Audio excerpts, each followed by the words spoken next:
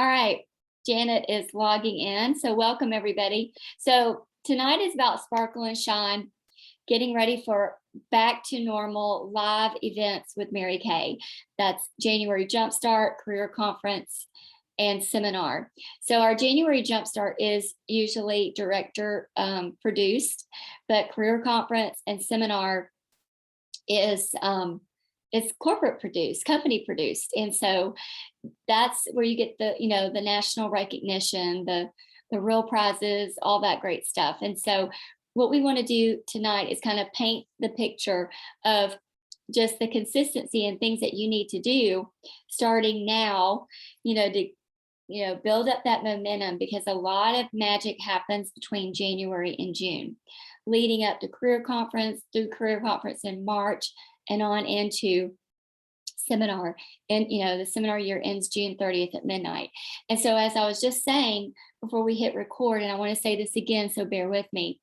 I know that you hear, if you've been with us for a while, you hear some of the same things over and over and over. And it's because our business is really just that simple. Okay. And so this is what I've done for 20 years, and it doesn't change. It keeps working. As a sales director, when you come, hang on for a second, when you come in and out of the the field work, you're in the field working with your people. So I may not be working my personal business as much as I normally do. And then, you kind of see where it's kind of getting balanced out, or you can handle the surge from your team members. And then then you jump back in the field for yourself to kind of get some momentum going on that first line. And so that's where I am right now. Is I've been in the field working with my consultants more, and now I just did a booth. Tammy and I did the booth a couple weeks ago, and I got 17 good names. Okay, so we divided the names up. I think we got 22 each. After going through the names, there were some that had consultants on them. And normally I would question, okay, does this person service you? Has she facialed you? Or does she give you a book? Whatever. I actually knew some of these sales directors. And so I'm like, okay, I know her, that's, and so I, just push those aside, because we never ever take, customers from other working consultants. And so I didn't have to even question those ones that I'd kind of pushed aside. So out of the 22, I had 17 raw, brand new people, needed a consultant, didn't have a consultant, didn't use Mary Kay. And first point of contact, which was the first touch, out of the 17, I have 4 bookings. One's a party, and then 2 facials, and then a double facial coming up. And so that's just my first point of contact. I'm going to work this week on the second point of contact. And so even just that first touch, because I was out in the field, I did 1 booth, I got 1 out of 4. I booked 1 out of 4. We all know from working with the numbers and the marketing, strategists say 80% of all your bookings come from the 5th and 6th point of contact. All right, so there's a good chance that I will book the majority of those people, right? Or at least 90%. So what I want you to know is you can turn things around with 1 event, 1 idea. And so we've got tons of videos of how to generate leads, how to generate business, how to do this and that. And so what I said earlier was, if you are in the same place year after year, or you've missed several goals of the same thing, Mary Kay always said, don't change the goal, you change the date. It's okay to keep shooting for that goal. But if you aren't putting in the activity, it's not the product, it's not your lack of knowledge, because we've seen brand new consultants come into this business with actually no knowledge of this business whatsoever, and have $1,000 day, or go on target for their car in 6 months. I mean, magic happens at the activity, when you do the activity and you're consistent with it. And so, if you're looking at yourself and you're like, I'm in the same place, I'm not moving forward, it's consistency, it's lack of activity. And the way that you turn this ship around is new faces, new appointments, new lead generating events or ideas. And so what I want to do is sometimes people need to see the prizes. Sometimes people are motivated by money. And so, how do you sparkle and shine? Well, you got to figure out what your hot buttons are. My hot button was always money. It wasn't about prizes. In fact, I talked to Marianne today. I'm like, okay, Marianne, my thing is not the free lunches. It's not the trinkets. I'm going to need you to teach on that part, because I just work for the money. And so, but there is something special at these events, at career conference and at seminar, when you get on stage and you get that recognition for work that you did, whether it was for the money or not. It is so special. Those awards nights where we're all in our jackets or our formals, and we've got our earrings on and we're all dressed up. You guys have seen pictures, you've seen videos. It truly is a magical night. And you don't think about the no's that got you there. Okay. And so, if you track your no's, then you get excited because, you forget about all the wonderful yeses. It's the yeses that get you there. The no's will not kill you, but the yeses will rock your world. And so to get over the no's and to get you going, I always tell somebody, if somebody's stuck on, I can't make my booking calls because I'm afraid of the word no. That is legitimate. And that's why we did reverse psychology. And we've all been there. We have all been there. And we've all done this activity. The way that you get through the word no is you want the word no. You get a piece of paper and you make it to where there's 100 boxes. And every time somebody says no, you check off the box. And when you get 100 no's and you put the date on them and you put the person's name, you send me that 100 no's, I'm going to give you $100. Okay. Because what that does, it gets you more excited about no. But then you're like, when you finally get the yeses, you're like, oh my gosh, I have all these bookings. Because you are so prejudging everyone on your hot list in the A list, your chicken list. Those are the ones that would say yes. And you own the skill of booking. All you got to do is get past the fear of no. And I would almost guarantee that most of you on here, if you feel stuck or you feel like if you don't have a date book full of stuff, it's because you haven't got through the fear of saying no. So now you're gonna, now you're gonna get through the no thing. What are you aiming for? You've got, when it comes to seminar, you've got Princess Court. We are in Go Give. It's not called Go Give anymore. I'm sorry. It's called Mary Kay National Areas because we don't have a national, and we are motivated and taken care of by the Mary Kay corporate, and it's called the Mary Kay National Area. For all those who their nationals have retired or passed away, and there's nobody above us yet that's become a national. There's nobody above me. They're all dead. And then it's me. And then if you're on here and you're Marianne, it's me and it's Marianne. Okay. And then, and that's how you get out of the national area, and then we become the Byers National Area or the Veach National Area. But until then, there is 2 courts that you can get on each year for Court of Sales and Court of Sharing. Princess Court for sales is 20,000 retail, and National Court is 40,000 retail. We had several Princess Courts last year, and we had a National Court. Kathy Harbin did National Court. Debbie Fowler is on target for National Court. Okay. And then Princess Court of Sharing, National Court of Sharing. That's 12 new recruits in a year, and that's 24 new recruits in a year. If you break it down, that's 1 each month for Princess Court and 2 each month, and you can accumulate. So it doesn't have to be 1 every month or 2 every month. It can be 6 in 1 month, 5 in another. But focusing on the activity, if you are holding appointments and you're doing your full circle success, all of this happens organically. if you own that skill of book, coach, sell, recruit, book, coach, sell, recruit, and you get out of your head that you're afraid to share this opportunity because you haven't done enough, your future potential recruits, their success and failure is not tied to you. It will never be tied to you. My recruiter quit. She's long gone. She's long gone. And if you talk to a lot of directors, that's just how it goes. So my success wasn't tied to her failures. All right. My success was not tied to her success if she'd been successful.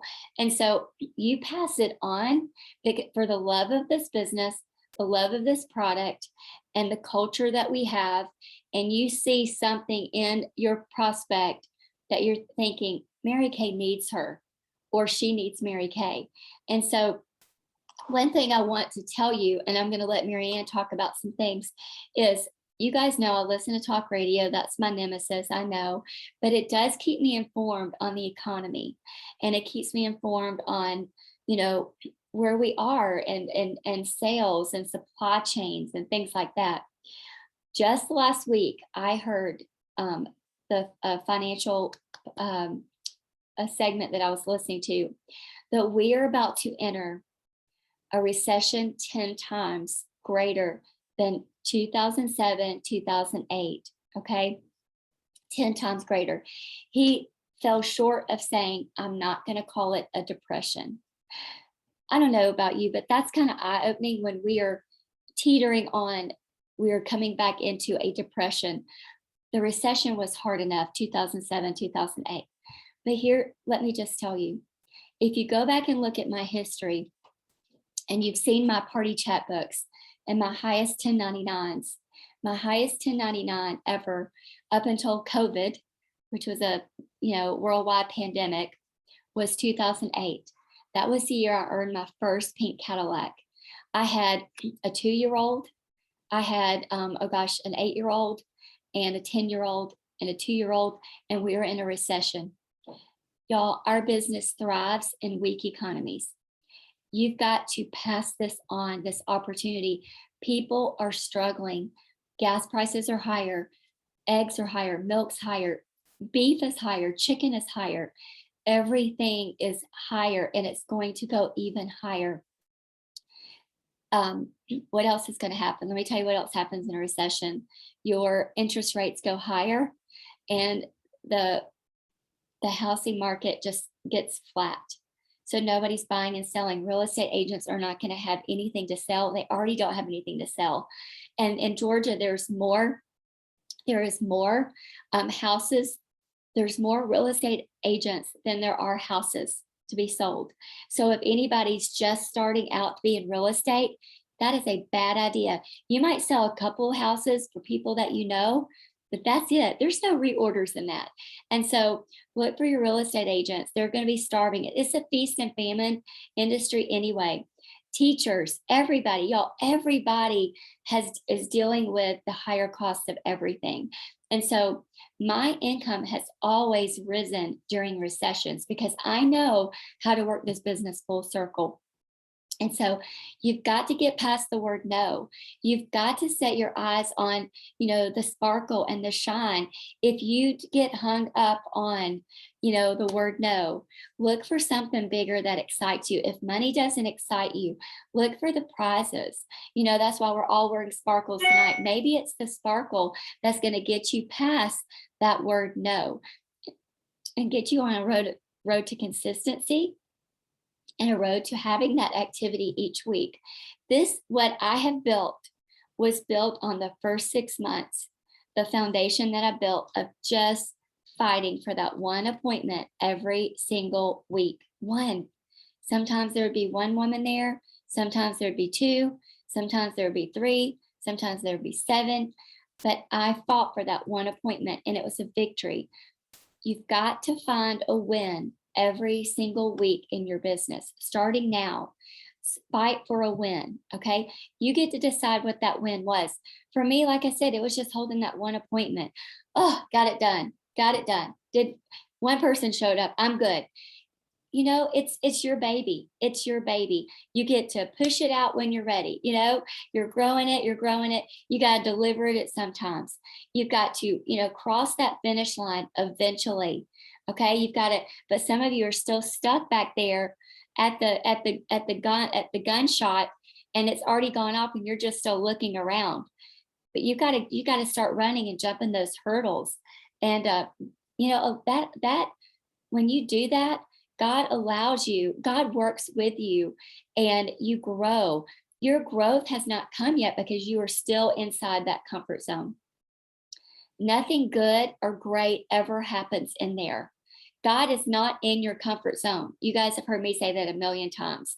I promise you, the grass is greener outside that comfort zone. The things that you can accomplish when you get outside that comfort zone are so much greater than what's inside there. Okay. Nothing exciting and good ever happens, and God's not there. Get outside, put yourself out there, get okay with the word no, get consistent and put the activity in and let God work through that. All right, Marianne, I'm going to turn it over to you and then I'll read some more of my notes. Go ahead. All right. Oh my God. No, I'm just kidding. That was really great, Michelle. I mean, my gosh, it was so amazing. I didn't do any of my notes. I'm so glad we recorded it. You never know when the Holy Spirit's going to show up. Yeah. Man, I think I'll just share just personally a couple of different things that did motivate me, because I have found that my motivators have changed over time. And sometimes as I'm working my business and when I feel stuck, I realize that I'm trying to motivate myself with what used to motivate me, but that didn't work anymore. So that might be a reason why, like Michelle said. So initially, I really was motivated by our suit that we were about to earn, was the cobalt blue suit, and I absolutely love that color. I think one of the models kind of looked like me on the brochure, and I'm like, I just wanted to look like her and feel like I had that prestige and be a leader. That was like one of like the really physical, tangible ones that kind of I could tell would just draw me. And of course, then once I was at an event, that's why we go to events, because God has a special message there for you that's not in your everyday mundane. And God spoke to my heart that, I'm to do this to help other people, to help other women. It's like my ministry. And because I saw so many women, they did a postcard, they called it a poster board skit, and basically women they hold a poster board, there's music playing, and they talk about where they've come from, and it lists all these struggles. And I'd already been with these women for like 2 full days, and watched them get sell thousands of dollars and get crowned queens and get all these prizes. So I just thought they walked on air, and then they showed these postcards like they've been to hell and back, and I was like, no way.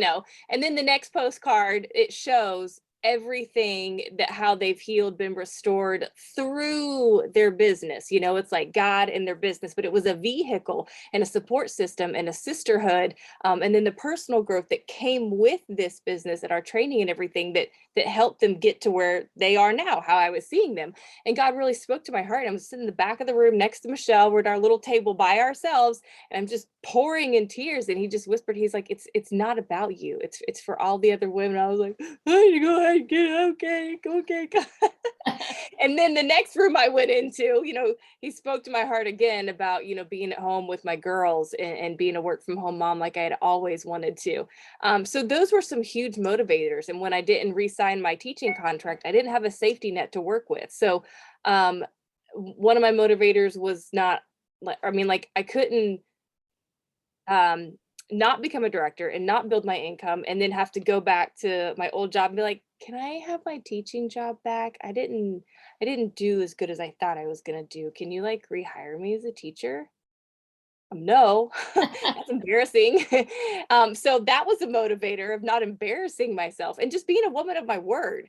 And so all of that was motivating me in that season, but once I became a director, reached that goal, helping people. I have, able to walk away from my teaching job, match that salary. Now I have more free time to help other women. We're doing that.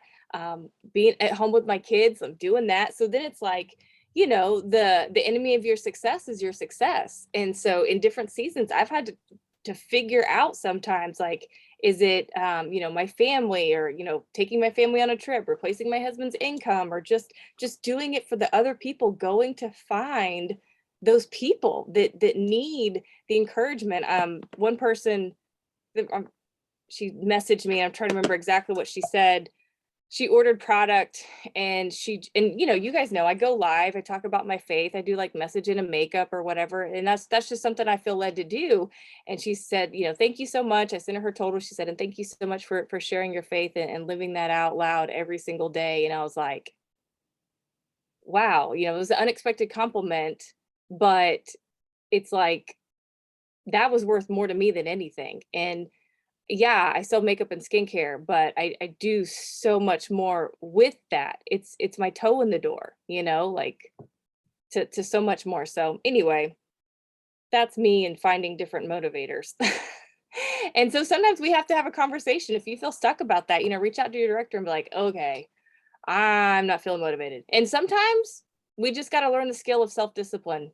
Mhm. That's usually it. I just recently had a conversation with a consultant about that, because when you're raised with an employee mindset, it's completely different than an entrepreneur. And, if sometimes that's a learning curve, and until you learn that, you're going to keep going around that mountain, so, but at least, you can learn, and we can all get better. And that's amazing. And then there's really great rewards to go along with it. It's seminar. Yay!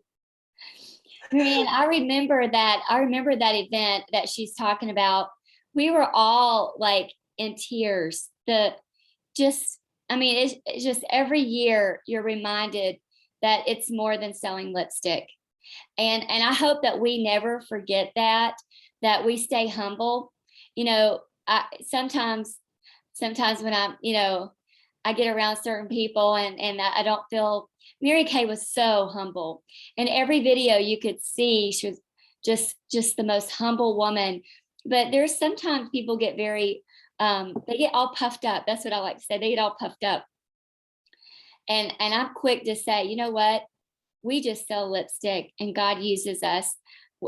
And I I don't deserve the money that I make because I just sell lipstick. But I know that God has blessed me with. God uses me, and I'm very humble. And I hope that those words are coming out right. But I don't get I'm boastful at humble. all. Huh? What'd you say? It was like, I'm humble. I'm humble. Yeah. I just don't you just have, when you look at a prize, and I'm bad about looking at prizes, and like I don't like that. But that's not what motivates me, because I just see the bigger picture too. And I want you guys to do that and know that, gosh, he can do so much through you and through your business, and it will just knock you to your knees, and you will feel like, oh, I know you guys have all had that experience with God before. It's just such an amazing thing. And then going to these big events, and like Marian said, meeting these new friends, and then hearing their stories and their testimonies. It's just such a great thing. And we always walk away going, why doesn't everybody do this? We say that every time at seminar, like, what's the rest of the world doing this week? Because we're having a blast. Like, this is everybody else. Why wouldn't you be here in July for the week? It's not even a whole week. It's like, what, 4 days, 3 nights. But yeah, but it's a special place. And so I want everybody to be on stage. I want everybody to get that recognition. And so, why not this week have a coaching call, or have a talk with your director, and figure out where your numbers are. And let's talk about, what you would want, and let her or me, whoever, break it down for you and how you can get there. And let's look at your customer base. Let's look at how you're meeting new people. What do you've got, going on in your event, in your area? Because it all starts right there, reaching out, putting yourself out there, and just popping those seeds out. There's a quote that I purposely make pop up every day on my phone. And it reminds me, hold on, let me find it. it says, don't judge each day by the harvest you reap, but by the seeds that you planted. And you guys heard, last beach retreat, yeah, 2020. I, just out of the blues, I was supposed to stand up and talk about kind of a pivotal moment. And I didn't know what I was going to talk about till I stood up there, and I just started rattling off a moment, of something that happened, and how God presented this one event to me. I wasn't even supposed to be in town. And from that event, 14 of my consultants out of the 23 that were at that beach retreat was a direct descent from that one event in 2015 that turned my business around. But it honestly somewhat stayed dormant. I mean, there was activity going on, but it wasn't like the surge that took my family through COVID. My husband took his pay cut was bring home 2,000 plus every single month from COVID, and we were locked down. And so if it wasn't for that event that I did in 2015, that somehow generated those seeds that were planted, that was the seeds that were planted. I didn't truly reap the harvest until 2020. And so you got to go out there and plant those seeds every day, every month, in some way or another, figuring out how and where you're building your business. And God's going to cultivate, he's going to fertilize, and he's going to water, but you have to be the one to plant the seed. Okay. All right. Any questions? Let's stop recording. And